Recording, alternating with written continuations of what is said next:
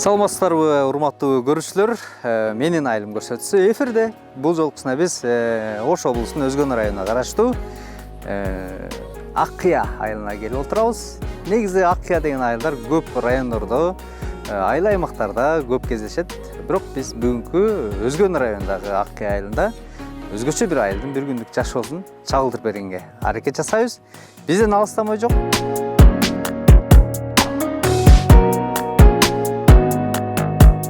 Өзгөчө кооз аймакта жайгашкан Ак Кыя айылынын тарыхын билүү үчүн аксакалдарга кезиктем. Ассаламу алейкум, абалар кандайсыздар анан? Алейкум ассалам. Жакшы отурасыздарбы? Хош келиңиздер. Хош келиңиздер. Абалар бул Ак Кыя айылынын тарыхы кандай болуп калган экен, а? Эми Ак Кыя биздин айыл жөнүндө айта турган болсок, бул айылдын пайда болушу биздин болжолубуз боюнча мындан 300 жыл, 400 жыл мурун ел келип ушерге конушуп жайланышкан экен. Кышында ушерде кыштап, жайында жогорулап, жайлоого көчүп, эми кыргыздар көчмөнөл болгондон кийин турмушу ошол эле мал кал менен болот да. Эми ал убактарда бул айылда бир эле уруу болсо керек, карабагыш деген. Карабагыштын ичинен дагы азыраак майда урууларга бөлүнүп кетет. Чакчай, Райымкул, Досмат жана башкалар болуп. Ошонун титулдук эли калкы катары Чакчай уруусу эсептелинген. Мындан бир 3-4 километр ылдый жагыракта Актерек деген ичине жайыбыз бар. Ошол жерде жашачу экен. Актеректе. Биягында бир кыялар, кыяда 2 кыя болгон. Ак турпактан болсо керек, азыр эле бар, жол жоолуп кетти. Ак Кыяда ошондо аталган, илгери аталчу экен. Кийин Октябрь революциясы болгондон кийин 1929-30 жылдары элдерди топтоштуруп, колхоздоштуруу башталып, ошондон Актеректен Чакчай уруусун бияка көчүрүп келип, жогору жактан Райымкулу деген дагы бир уруубуз бар. Аларды көчүрүп келип, экөөнү ушул жерге жайланыштырыптыр. Кыштак кылып түптөлгөн. Эми ошол 1929-30 жылдары колхоздоштуруу башталган. Колхоздоштурууда ушул элди биринчи колхоздоштурган менин атам Жолдош башкарма болгон экен. 29-30-31 жылдары.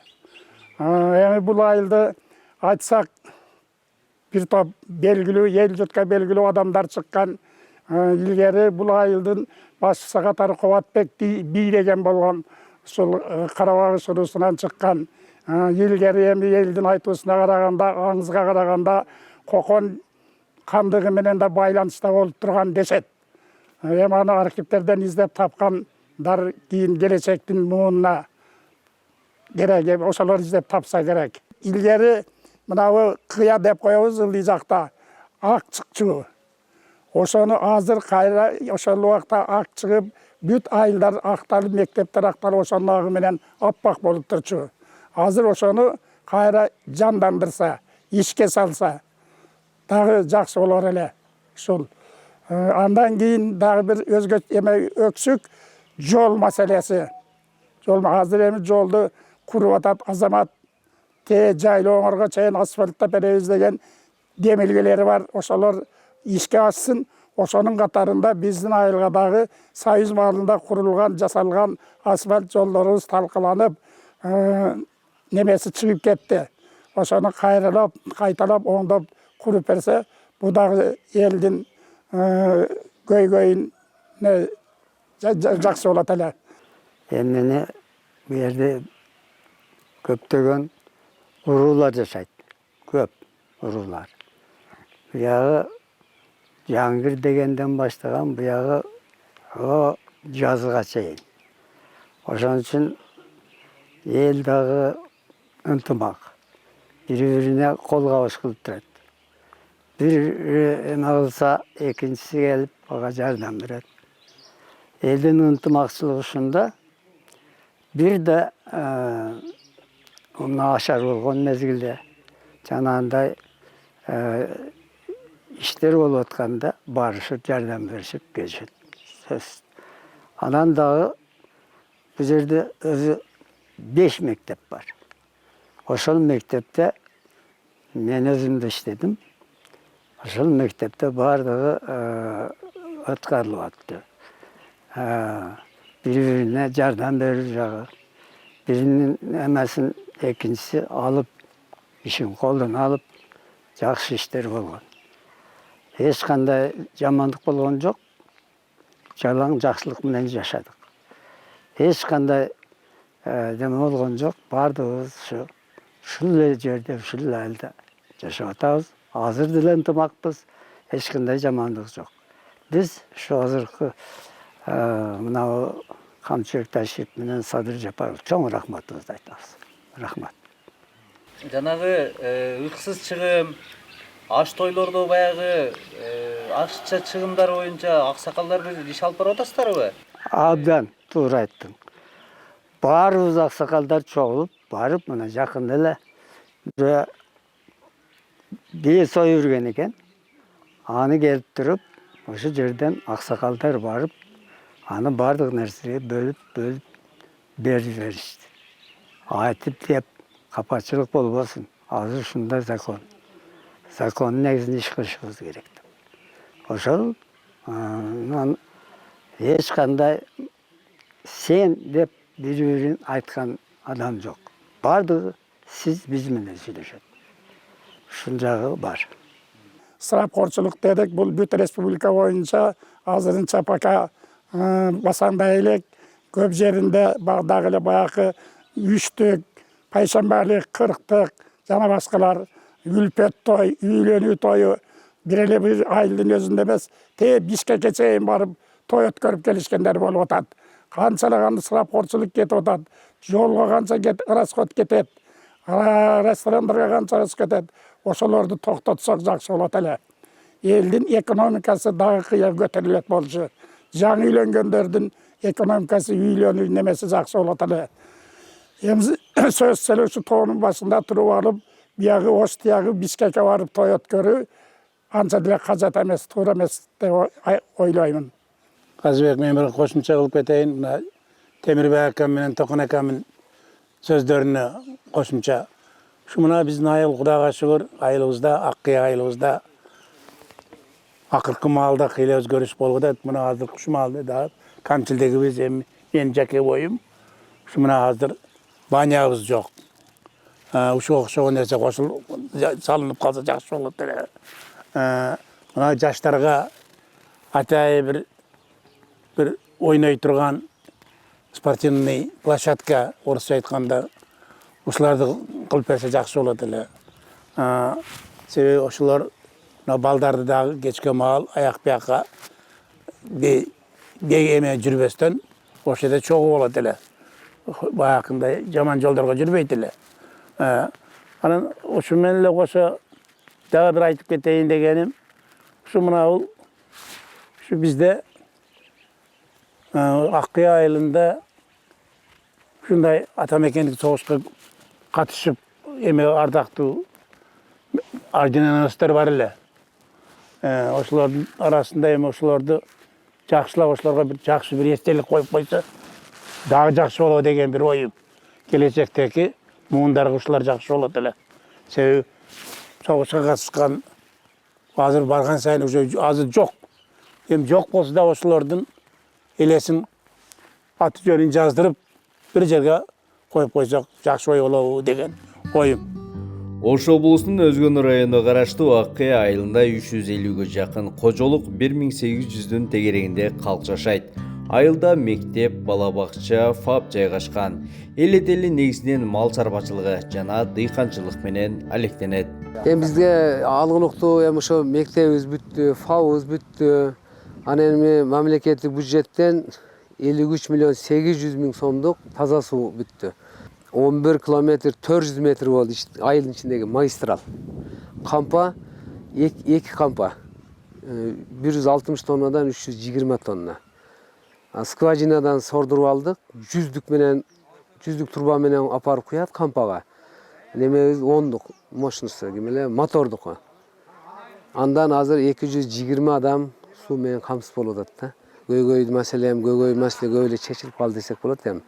Мына өткөндө биздин өкмөт тарабынан Sement mamçılarda koyup atабыз азыр. 2-3 көчөгө эртең да жакындап келип коебуз. Ошо менен 3 көчө бүтсө 4 көчө калат. Ошо менен толук биздин Аккая айылыгы сement столбо менен, сement мамыча менен камсыз болуп бүтөт да. Şu ар бир көчөнү асфальт кылайлы деп атабыз. Ар бир көчөнү асфальт кылып, эми стандарт 6 метр, 7 метр болсо дагы 5 метрден көчөлөрдү асфальт кылайлы деп атабыз. Ошол эң немебиз. Эми ошондой немебиз жок, эми көйгөйүбүз. Чакан Аккая айылында мени таң калтырганы 50 жыл билим берүү тармагында математика мугалими болуп эмгектенген Али Мусаев Мисарат атындагы орус тилдүү бала бакчанын бар экендиги өзүнө тартты. Садик единственный в сельский русскоязычный садик. Сейчас у нас 4 группы. Одна группа ясельная, 3 группы садовские. Мотурайган балдарын уктап жатканда күбө болуп, андан ары жолумду уладым. Айылдын маданиятына, каада салт, үрп адаттарын, ууз чеберчилигин байып жаткан апаларга кез келдим. Биздин айылга куш келипсиң. Биздин айыл Аккая атындагы айыл мурун Кызыл Төлөк, азыр жазга кошулуп Аккая айыл болобуз. Биз Аккая айылда мына Шайыр апалар бар. Шайыр апаларды уюштурганбыз. Шайыр апабыздын аты Кылы Мурасы. Бизде көбүнчө илгерки ата бабаларыбыз колдонуп келген буюмдарды элге көрсөтөбүз. Ошол буюмдарыбыздын баардыгы бар. Анан кийин азыр айылда кандай коомдук иштер болсо дайыма катышабыз, концерттерди коюп беребиз. Бир жерлерге барып, уюшуп барып концерт коебуз. Шоробашат өкмөтү менен жарышып, ал жерден 1-чи орунду алып, Шоробашатты утуп алдык. Эми бизде ушундай Шайыр апалар көп жерге барып, сармердерден катышабыз. Анан биз көбүнчө бизде бардык жерге алып барып жүрөбүз.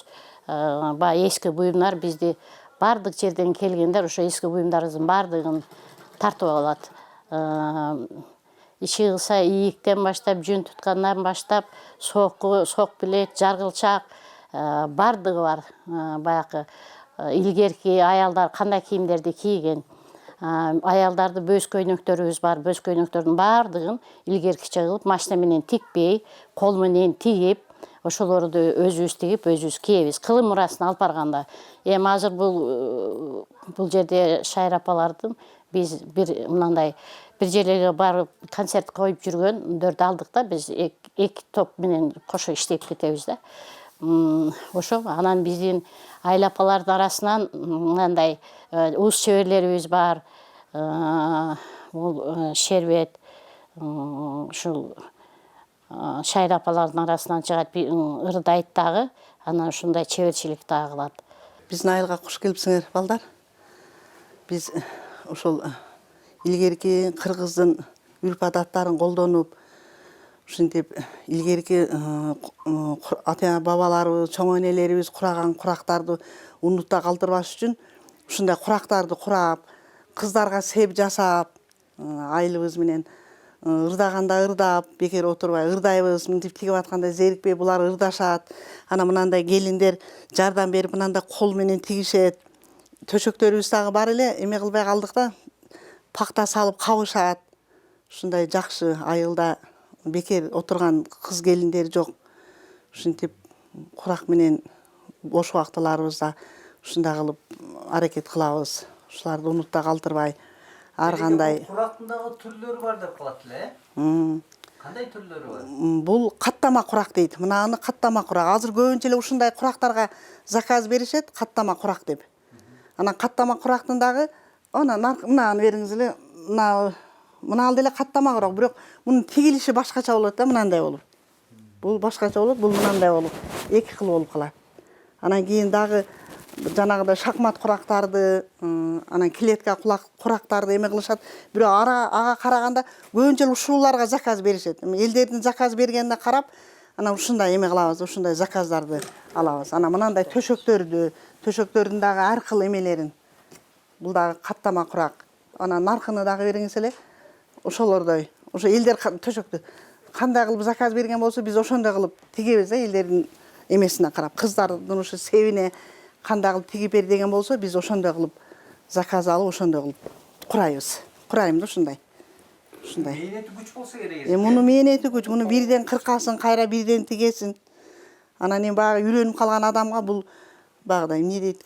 Кесип да мен ушундай бир эмем. Бала кезден бир кыялданган эмем. Ушундай анан азыр мындай эми жаштарга, келиндерге ушундай кылып үйрөтүп, муну кыркылышы өтө кыйын да, майда курап алып анан кайрадан бириктирип тигиш керек.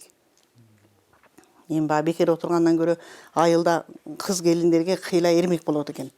Анан ашып калган нерселерин дагы бекер ыргытып бербей, кыркындыларды мынандай кылып туткуч кылып тигебиз, ар түркүн бекер калып калбасын деп мынандай кылып. Бул туткуч болот. Анан баягы кыздардын себини азыр сандыкка кошуп беришет, бешке кошуп берип атышат. Бул негизи кыркынды деле бекер калбайт экен да. Жакшы нерсе экен да, мына айыл бекер калгандан көрөктү бош убактыларда ушундай бир жерге чогула калып, пакта салып, кыздардын себин даярдап, анан зерип каласыңар деп шайыр апаларыбыз ырдап берет, акындарыбыз ыр жазып берет. Акындарыңыздар да. Акындарыбыз дагы бар, ыр жазат. Кош келипсиңер, Казыбек балам, биздин айылга, биздин ушундай кичинекей ак кыяттуу чакан айылыбыз аябай кооз, күнгөй, аябай жакшы жерден орун алган. Биздин айылыбыз чакан болсо дагы мунун ичинде аябай өнөрлүү, колунан иш келген ишкерлер көп бизде.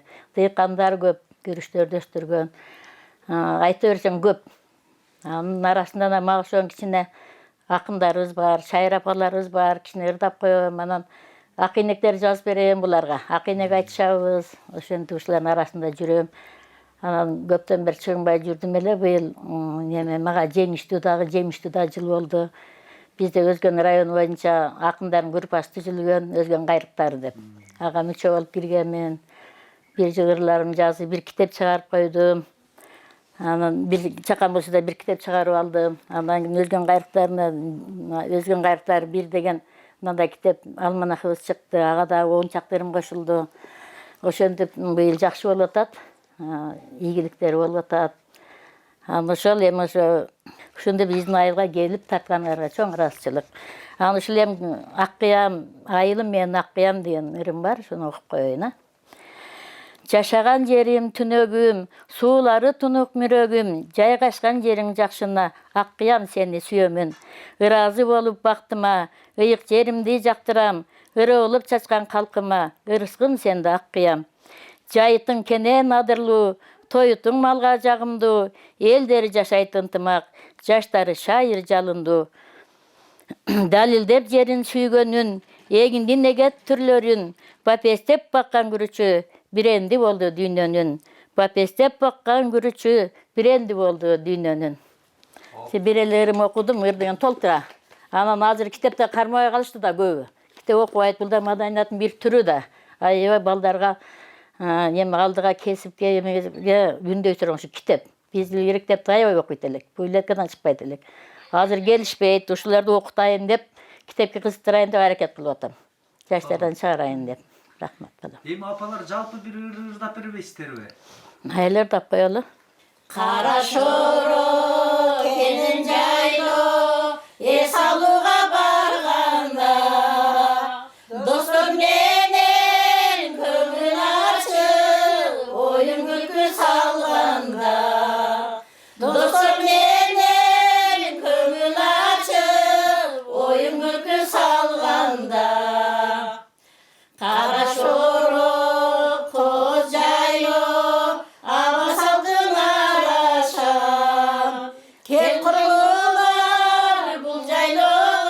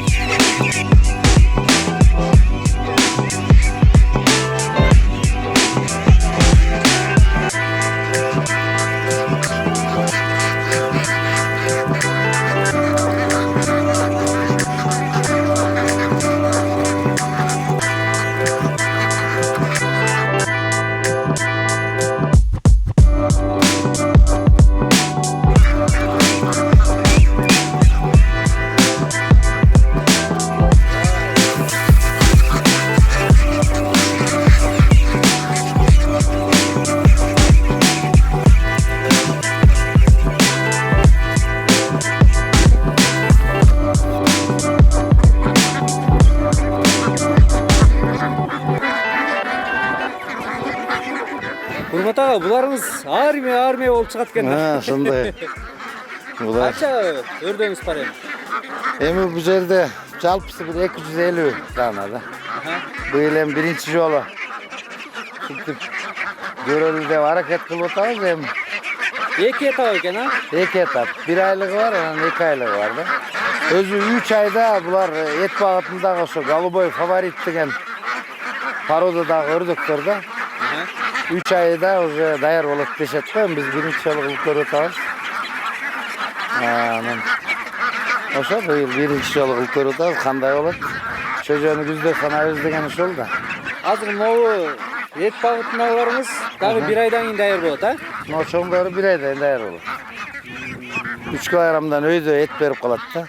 Өрдөктү кез жерде кармабайт да.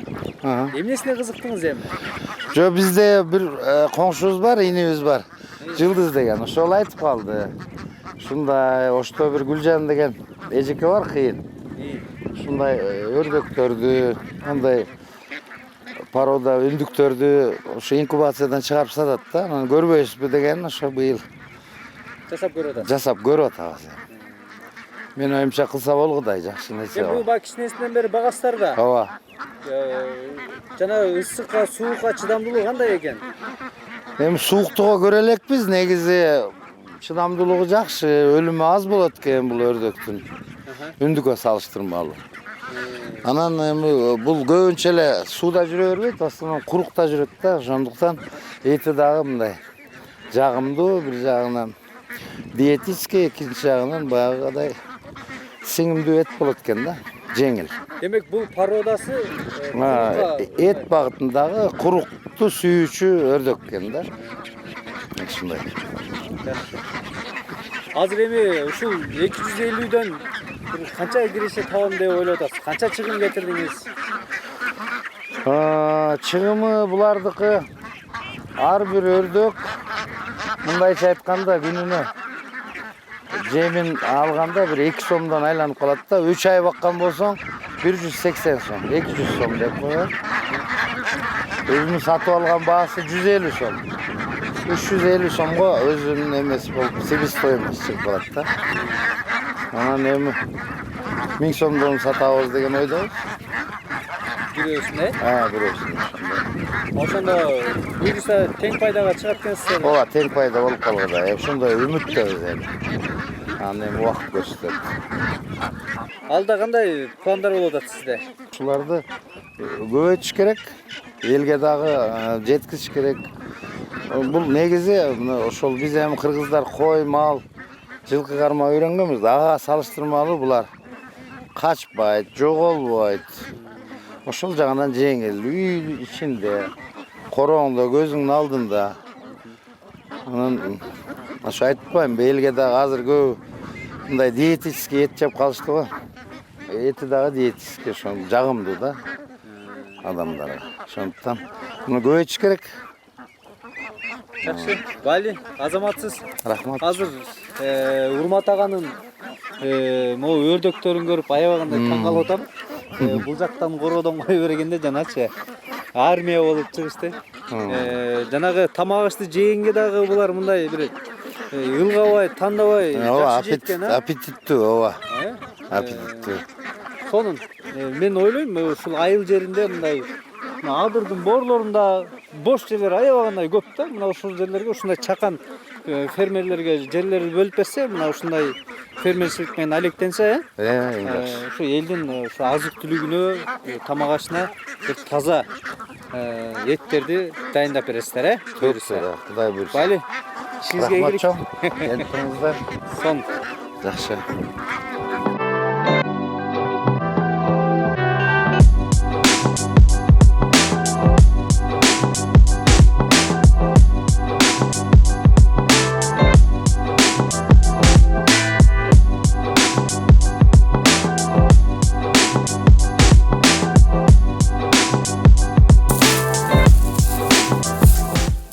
Урматтуу көрүүчүлөр, Ак Кыя айылына жүрүп, мындай бир элине аябай таң калдым. Азыркы учурун элине дагы мурунку СССР убагындагы жашап өткөн аксакалдар, ушу бир мээнеткеч эл экенине баа бердим. Чындыгында бул жерде ушул көз өткөттүр бул айылдын бир ардактуу аксакалдарынан ушул Бадаң деген аксакал мына ушул колотту ушул бетти мону бакка айландырып жаңгак бадам көчөттөрүн тигип суу жок маалында элестетиңиздер колу менен суу ташып чыгып мына ушундай көгөртүп койгон экен. Бүгүнкү күнгө чейин ушул мына колоттун ичи адыр көкмөк болуп турат экен да. Буну мен эмне десек болот? Биздин ушул кайракка жаткан айылдарды бүгүнкү күндө заман деле өнүгүп жетишип атат. Тамчылатуу суугары менен суу чыгарып, мына ушундай бадам көчөттөрүн, жаңгактарды көп жылдык түшүм берүүчү жаңгактарды эгип көгөртүп алсак болот экенине ынанып турам да. Чындыгында айылды дөңнүн үстүнөн көз чаптырып, аябай суктанып турганын керебезим. Сонун көрүнөт экен айыл.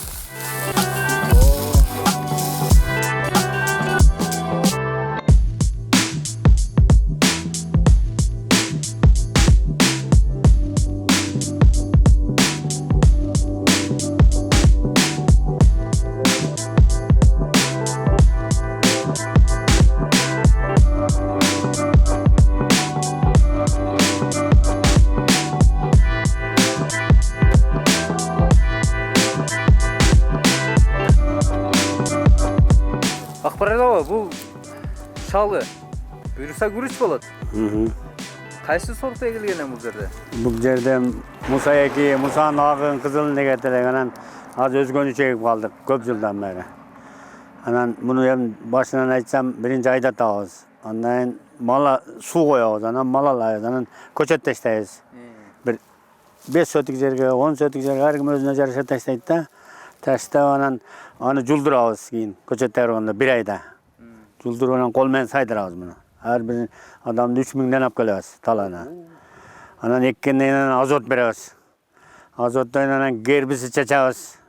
5 килодон азот берип анан гербицид чачабыз кийин. Ал чөбүнө да? Чөбүнө мынандай күрмөктөрдү өлтүрөт да, ошого. Анан дагы азот беребиз. Алды 15 кило, 20 килога чейин азот берет. Анан кээде 10 кило берет. Ушундай анан орок салабыз кийин. Оргондон дымдайбыз. Дымданан комбайн келет.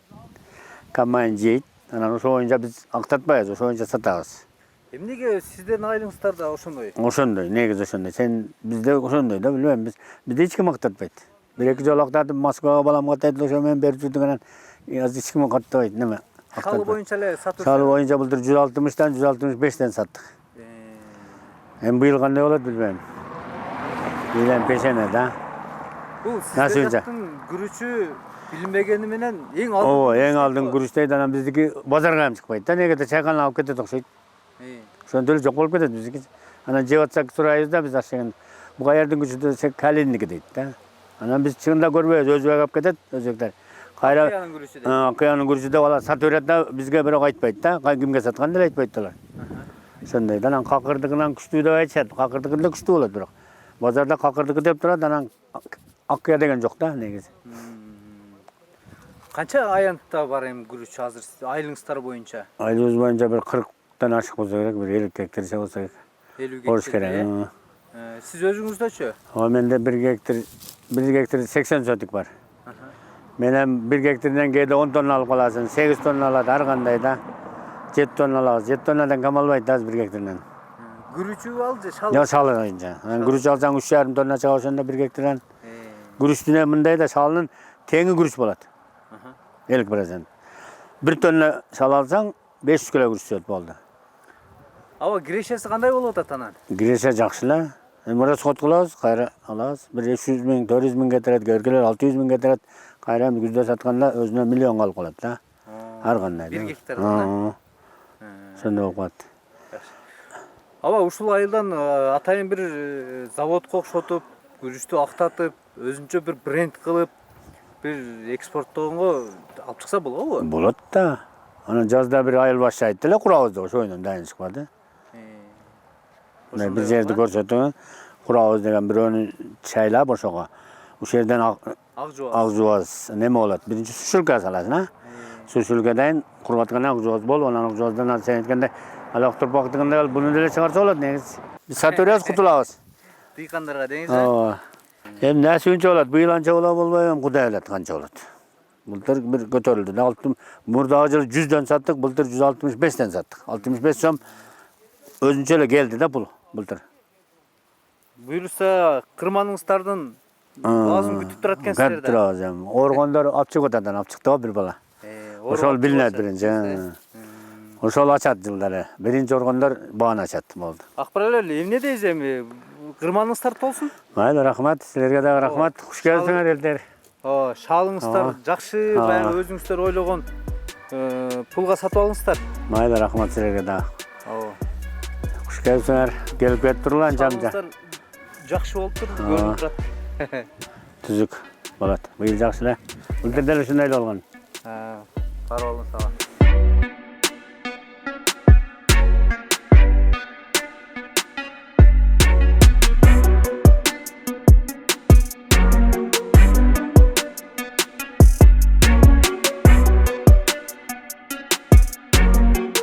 Мына ушуну менен Аккыя айылына болгон бир күндүк сапарыбыз соңуна чыкты. Өзгөчө бир көрүүчү менен мактанган айылдын жашоосу мына ушундай таризде өтөт. Кийинки эфирлерден көрүшкөнчө аман калыңыздар, саламатта отуруңуздар.